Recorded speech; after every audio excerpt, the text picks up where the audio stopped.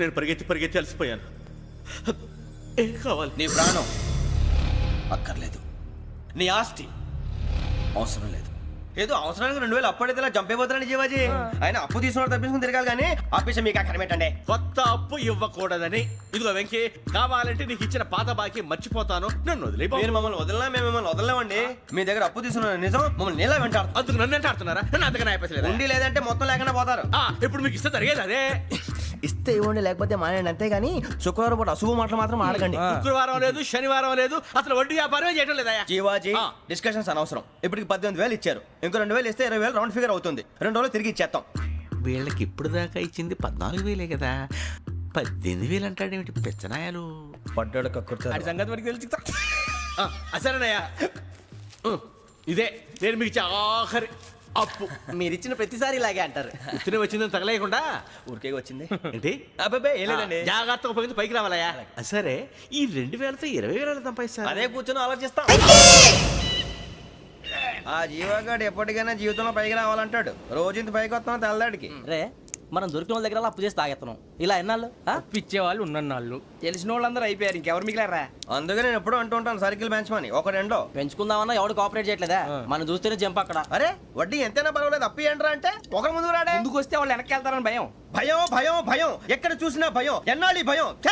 మనల్ని చూస్తే మనకే పరమ అసహాయం చేస్తుంది. మనకే కాదు, ఊళ్ళో వాళ్ళందరికీ కూడా అదే ఫీలింగ్. అందరూ డిగ్రీ 3 సంవత్సరాలు చదివి పాస్ అయితే మనం 6 సంవత్సరాలు చదివి పాస్ అయ్యాం. మరి ఉద్యోగం ఎవడి?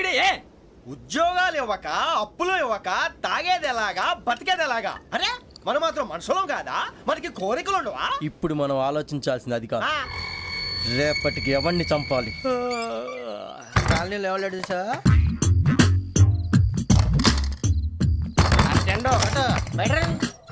నువ్వా వెంకీ? ఏంటి వెంకీ ఈ టైంలో వచ్చా? నీతో మాడే పని ఉంది, దా చెప్తా. ఏ బాగా నిద్రొస్తుందా? సరిగానే రే, నువ్వు మమ్మల్ని చూసే తలిపేసావా? మామూలుగానే వేసాను. మామూలుగా వేసేవాడివి. మేము రావడానికి 1 నిమిషం ముందో, మేము వెళ్ళాక 1 నిమిషం తర్వాత వేయాలి కానీ బిలాల్ రాజా, నాకు నిద్ర వచ్చి పడుకుందామని తలుపు వేసుకున్నాను. అయినా నా ఇంటి తలుపులు నేను అడిగేసుకోవాలంటే తప్పు చేసిన కాక ఇంకా గేర్ సమాధానం చెప్తావా? మీ ఇంట్లో పెళ్లిడికి వచ్చిన ఆడపిల్లలు ఎదురున్నారు. ఇదిగో అమ్మాయిలు, మీతో ఎప్పుడైనా యథాశాలు వేసానా? విన్నారా? అడుగు తలుపులు వేసావు. అనవసరంగా గొడవ ఎందుకు ఇక్కడి నుంచి వెళ్ళండి. గొడవ? మీ ఇంటి మీద పడి ఎప్పుడైనా గొడవ చేశానా బిని గారు? లేదు బాబు. విన్నారా? చెప్పు, మమ్మల్ని చూసి తలుపులు ఎందుకు వేసుకున్నావు? అరే మాకు అప్పించిన వాళ్ళు కూడా మమ్మల్ని చూసి ఎప్పుడు తలుపులు వేసుకోలేదు. ఏం జీవాజీ? మరి నువ్వు ఎందుకు వేసుకున్నావు? బాబు టప్ అయిపోయింది, బుద్ధి తక్కువ వేసాను చాలా. అంటే మా మోకాల మీద తలుపులు వేసామని ఒప్పేసుకుంటున్నావు? ఒప్పుకుంటున్నాను. సరే ఇప్పుడు చెప్పు, మా మొఖాల మీద తలుపులు వేసేంత తప్పు మేము ఏం చేసామరా? బాబు తప్పైపోయిందని అంటున్నారు కదా, వదిలేయండి బాబు. అదే తప్పు మేము చేసి మమ్మల్ని వదిలేయమంటే మీరు వదిలేస్తారా బిని గారు? తప్పని ఒప్పుకుంటున్నాడు కదా అయ్యా. ఇప్పుడు టైం 11 అయింది, వెళ్ళి పడుకోండి. 11 అయిందా? కొమ్ము ఉంచాడు కదా. నాకు సంబంధం ఏంటి? ఉంది, సంబంధం ఉంది. 11 గంటలకి నా క్లోజ్ ఫ్రెండ్ ఢిల్లీ వెళ్తున్నాడు. 5,000 అప్పిస్తానని ఎయిర్పోర్ట్ రమ్మని చెప్పాడు. నీ గొడవలో పడి ఆ సంగతే మర్చిపోయాను. ఇప్పుడు నాకు జరిగిన నష్టానికి భర్తీ ఎవరు చేస్తారు? మీరా మీరా మీరా? ఎవడు పడితే ఎందుకు చేస్తాడా భర్తీ? భలే వాడి నువ్వు. తప్పు ఎవడు చేసినా వాడే చేస్తాడు. దానికి కారణం ఈ 10 మనిషే కదా. వాడే చేస్తాడు.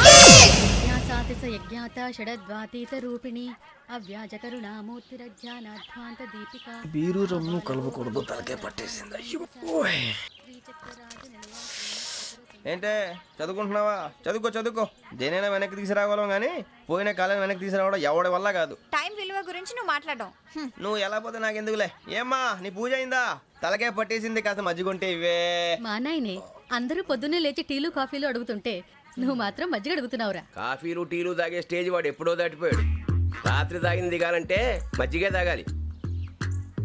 నువ్వు తల దించుకోవడం ఎందుకురా? నీలాంటి యదవనగానందుకు నేనే దించుకోవాలి తల. రాత్రి సుబ్బారావు గారి ఇంటి మీద గొడవకి వెళ్ళేవంటగా. అలా చెప్పాడు మీకు? ఏ మళ్ళీ గొడవ కెడతావా? నీ దెబ్బకు భయపడి రాత్రి తలుపులు తీసి పడుకున్నారంట. తెల్లారగా టైంట్లో దొంగలు పడ్డారు. ఆడింట్లో ఉందిలేండి, పట్టుకుపోవడానికి అక్కడ కూతురు తప్ప. ఎన్నాళ్ళు ఇలా బేవర్స్గా తిరుగుతావురా? ఇన్నాళ్ళని ఏం ఫిక్స్ అవ్వలేదండి. చిచి నాన్న, అమ్మా, కంబైన్ స్టైల్స్ కి ఫ్రెండ్స్ ఇంటికి పిలుద్దాం అంటే వీడికి భయపడి ఎవరు రావడం లేదు. నేనేం చేశానే? వాళ్ళ వంక అదోలా చూస్తున్నావంట.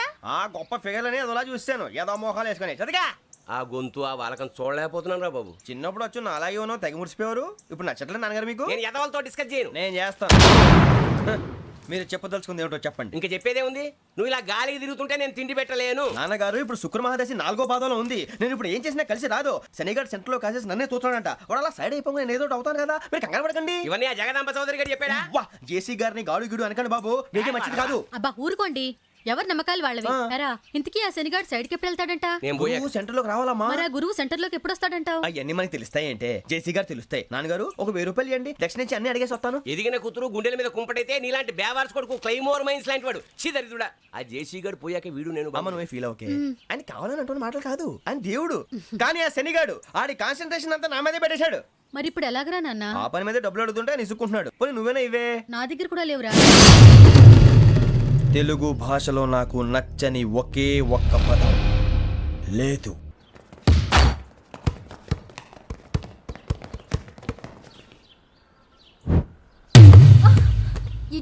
అరే సోరే బాల్ తీసుకురారా.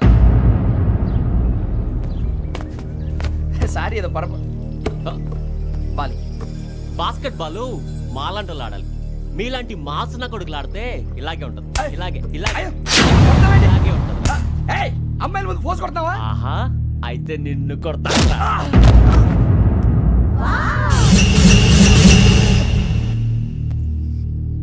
వాడు అమ్మాయిలు ఉన్నారని చూడరా ఎరా రెచ్చిపోతున్నాడు. బాస్కెట్ బాల్ మీ వాడి ఆట కానీ మీలాంటి మాసోళ్ళు ఆడే ఆట కాదు అంటున్నాడు రా. రే ఇంత ముందు 2-3 సార్లు కూడా ప్రతి విషయంలో జోక్యం చేసుకుని మన వాళ్ళు కొడుతున్నాడు రా. వాడిని ఏదో ఒకటి చేయాలరా, వాడిని వదలొద్దు.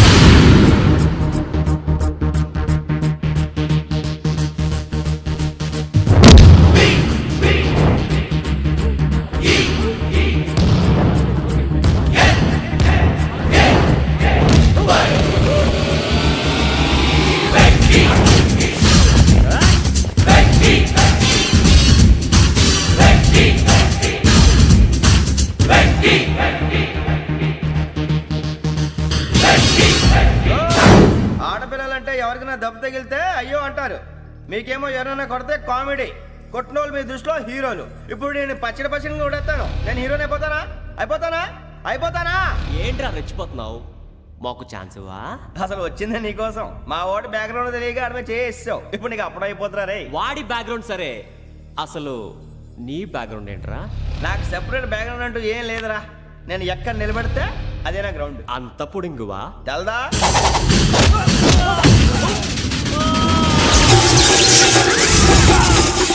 ఎవ్వా మన మామిడి కొట్టినప్పుడు వావ్ అన్నారు. ఇలాగే ఉంటుంది ప్రపంచంలో. ప్రతి ఓడు ఏదో పని చేసుకుంటున్నాడు, మనం తప్ప. మా కాంట్రాక్టర్ తో చెప్పి పని ఏదైనా ఇప్పించరా? ఎలాంటి పనులు మేము చేయం. డిగ్రీలు బిఏ, నేను ఎంఏ.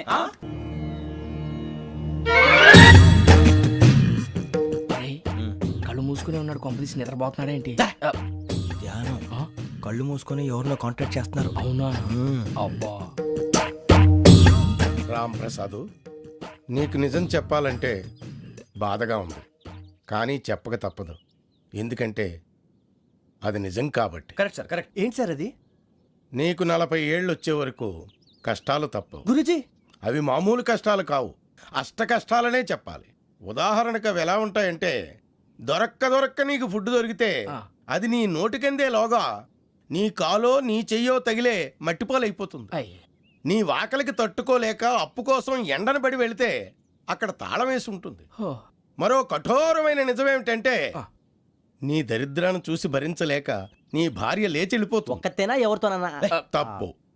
అతని దురదృష్టాన్ని చూసి ఎగతాళి చేయకు రమణ. Sorry sir. ఇదయ్యా రాంప్రసాద్, నువ్వు ఈ 40 ఏళ్ళు ఈ నరకాన్ని అనుభవించక తప్పదు. 40 ఏళ్ళ తర్వాత అలవాటైపోతుంది.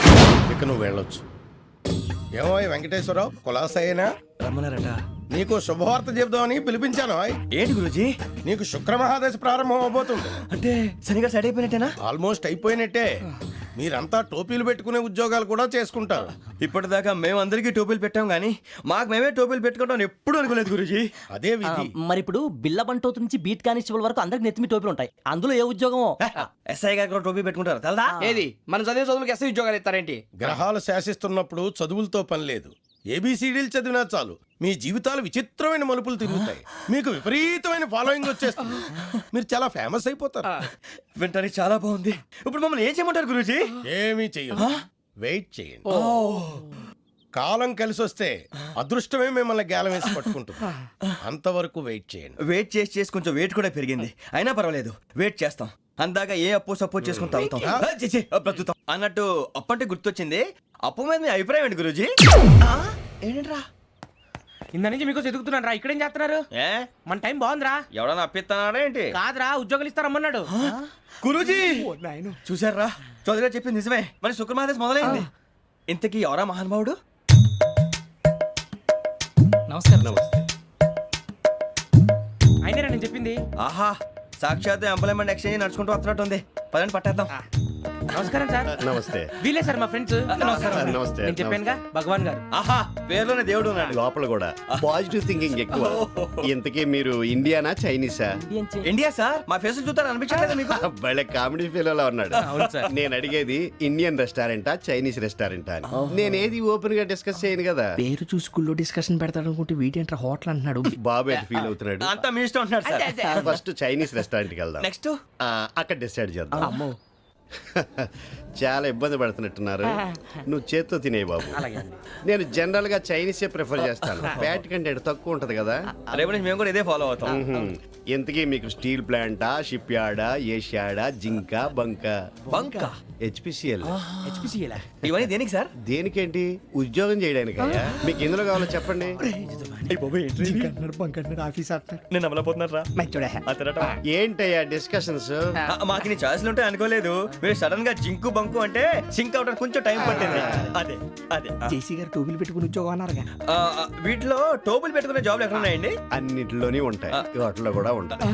వాచ్మెన్ ఉద్యోగం కావాలా? అతిచి ఇంతకీ మీరు అనే జాబ్ ఏంటి సార్? నేను చెప్పేది టోపులు పెట్టుకునే ఉద్యోగం కాదు, టైల్ కట్టుకునే ఉద్యోగం. అది టైల్ కట్టుకోవటం మాకు రాదు. వాళ్ళు కడతారులే. ఇంతకీ మీకు జిఎం కావాలనా, ఏ జిఎం కావాలనా? అట్లా పిలుస్తున్నాడు చూడు బాబు. జిఎం అడిగితే ఎలా ఉంటుందంట? ఏజీఎం అంటే వెంటనే కొంచెం పెద్దదిగా ఉంది. అడుగు. ఏజీఎం ఇప్పించండి సార్. అనుకున్నాను నువ్వు ఇది అడుగుతావని. జిఎం అంటే జనరల్ మేనేజర్, ఏజిఎం అంటే అసిస్టెంట్ జనరల్ మేనేజర్. తూచండి, మాకు జిఎంఏ కావాలి సార్. అది సరే కానీ భగవాన్ జీ, ఈ ఉద్యోగాలకి టోపులు పెట్టుకుని వెళ్ళొచ్చా? నీ ఇష్టం వచ్చినట్టు వెళ్ళొచ్చమ్మా. అయితే నాకు జింక్ లో నాకు స్టీల్ ప్లేట్, నాకు బంకులో కన్ఫ్యూజ్ చేయగానే ఆయన్ని అందరికీ ఒక చోట ఇప్పించండి సార్. కలిసి పని చేసుకుంటాం. జీతం ఎంతండి? 30,000 అంటే 40,000. వడ్డీ ఎంత? అప్పు కాదయ్యా, నీకు ఇచ్చే జీతం. అంటే తిరిగి ఒక్కలేదా? ఫ్రస్ట్రేషన్ లో ఉన్నట్టున్నాడు. అవునండి. నువ్వు ఇచ్చిన వాళ్ళు తీసుకోరు. మాకు అవసరం కూడా అదే.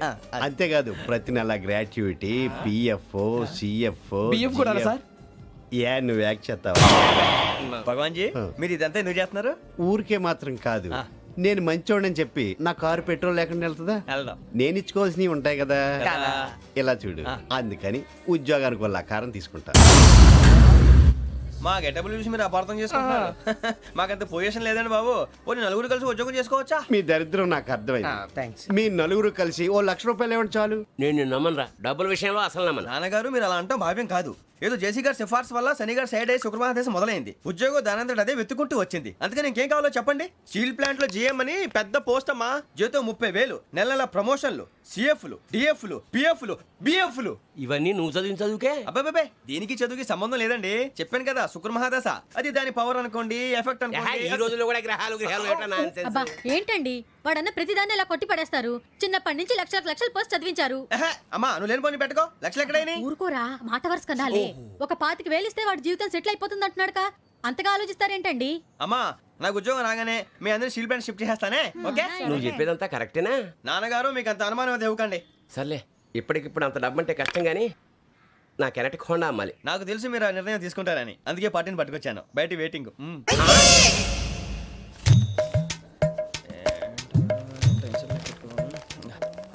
ఇవ్వండి. భగవాన్ జీ, మీతో నాకు కుదరదండి. మీరు తేడా మనుషుల్లా ఉన్నారు. చూడటానికి అలా కనపడతాం కానీ తేడా మనుషులు కాదండి. ఇది ఎంతో లెక్క పెట్టండి. 5,000 తగ్గిందండి. ఆ విషయం నాకు ముందు చెప్పాలి కదా. ఇది తేడాతనం కాదా? సర్దుబాటు కాక జరిగిన పొరపాటు. మా దరిద్రం మీకు తెలియంది కాదు. మీ ప్రాబ్లమ్స్ నాకు అనవసరం అండి. ఇప్పటికే మీ మూలంగా 3 లక్షల బొక్క తెలుసా? మీరు ఫేస్ అంత చిరాగ్గా పెట్టకండి. రే ఆ గొలుసు ఎవరా? తొందరగా ఎవరా, ఆయన కోపం వస్తుంది. ఇదిగో తీసుకోండి. తీసుకోండి ప్లీజ్. భగవాన్ గారు తీసుకోండి సార్ ప్లీజ్. భగవాన్ గారు మీ కోపం తగ్గిందా? కోపం కాదు వెంకటేశ్వరరావు గారు, ఎందుకో మోసాన్ని భరించలేను. అది నా బలహీనత. ఇవన్నీ వదిలేయండి, ఇంకోసారి పొరపాటు జరగదు. మేము ఎప్పుడు జాయిన్ అవ్వాలో చెప్పండి, కొత్త బట్టలు కొనుక్కోవాలి. మీరు ఆ పనిలో ఉండండి. పొద్దున్నే గుడికి వెళ్ళి 9:30 కల్లా, మొన్న వచ్చారే ఆ ఆఫీస్కి వచ్చేయండి. మీ అపాయింట్మెంట్ ఆర్డర్స్ రెడీగా ఉంటాయి. 8:30కి వచ్చేస్తాం. మీరు వచ్చిన వాళ్ళ తలుపులు తీరు. మీ కంగారు నేను అర్థం చేసుకోగలను. ఇంతకాలం పని లేక స్తంభించిపోయిన మీ జీవితాలు ఇక నుంచి వేగం పుంజుకుంటాయి. ఆయన ఉన్నారా? ఎవరు? భగవాన్ గారు. మీరెవరు? ఆయన క్లోజ్ ఫ్రెండ్స్.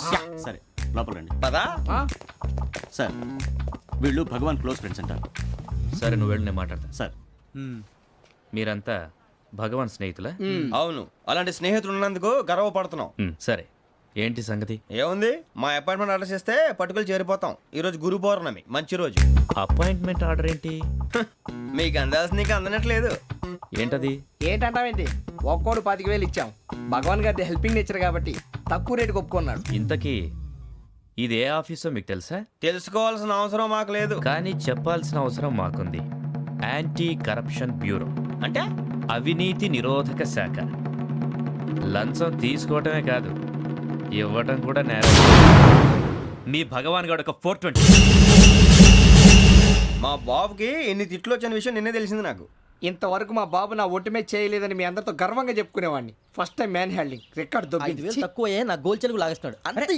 అరే కోపడకండి రా, వాడు ఇక్కడే దొరుకుతాడని మా ఫ్రెండ్ చెప్పాడు. తొక్క దొరుకుతాడు. మీకు జింక్ లో కావాలనా, బంక్ లో కావాలనా, స్టీల్ ప్లాంట్ లో కావాలనా, షిప్ యార్డ్ లో కావాలనా? అంటే ఎక్కడ పడితే అక్కడ ఇప్పిస్తారా సార్? ఎక్కడ పడితే అక్కడ, ఎలా కావాలంటే అలా చేసుకుందాం, ఇబ్బంది ఏమీ లేదు. ఆపరేషన్ లో కావాలనా? అవి గేమ్స్ కదా సార్. ఆ స్పోర్ట్స్ కోటా లేవయ్యా. ఏమైంది సార్? ఉద్యోగాలు ఇప్పించమని ఎంట పడుతున్నారు. నువ్వు టచ్ లో ఫోన్ చేయ.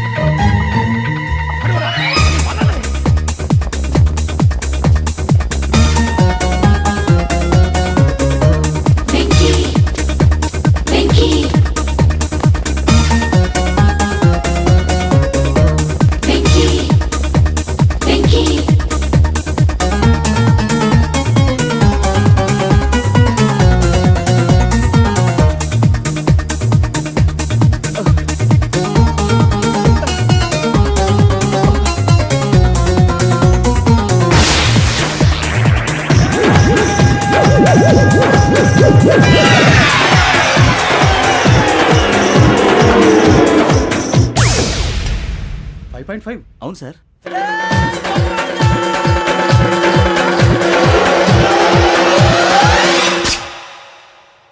గ్రేట్.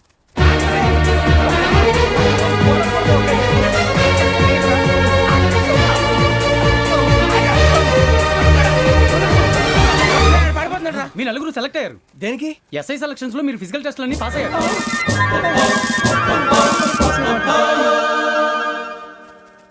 కానీ మేము అప్లై చేయలేదు సార్.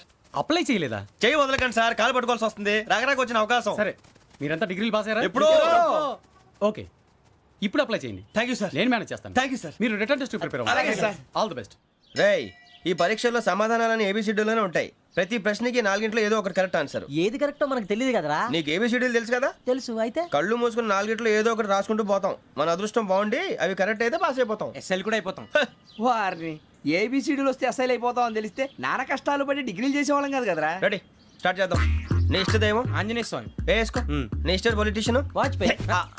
ఏబిసిడీలో రావాలి. నేషనల్ లెవెల్లో కాదు, స్టేట్ లెవెల్లో 7. స్టేట్ అయితే చంద్రబాబు నాయుడు. సిఎస్కో. నీకు ఇష్టం క్రికెటర్ ఎవర్రా? Mister dependable. ఆడేవడరా? ఓ నీ క్రికెట్ లో విజ్ఞాన ప్రదర్శనలో ద్రావిడు. డిఎస్కో. వేసావా? నీకు ఇష్టమైన నటుడు? బాలకృష్ణ. సమర్ సుమారెడ్డిలో డీటెయిల్స్ వద్దు, బిఎస్కో. అయిపోయిందిరా, అందరూ దీన్నే ఫాలో అవ్వాలి. రాత్రికి ఏబిసిడీలు బాగా బట్టి పట్టండి. అందరూ ఏవే ఆన్సర్లు రాయాలి. మునిగితే అందరూ కలిసి మునుగుదాం. అయినా గురువారం పాటు గురుమేట్ల మీద కూర్చొని రాసింది ఖచ్చితంగా జరుగుతుందని జేసీ గారు చెప్పారు. మన ప్రయత్నం మనం చేద్దాం, మిగిలింది నేను ఎక్కడికి వదిలేద్దాం. ఆయన కూడా ఏదో పని ఉండాలి కదా.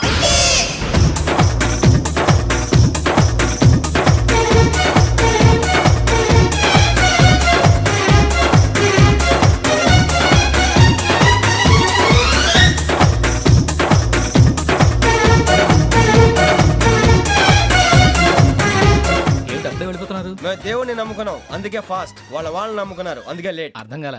మా కాన్సెప్ట్ నీకు అర్థమైతే గుండా సత్తావు. వస్తా.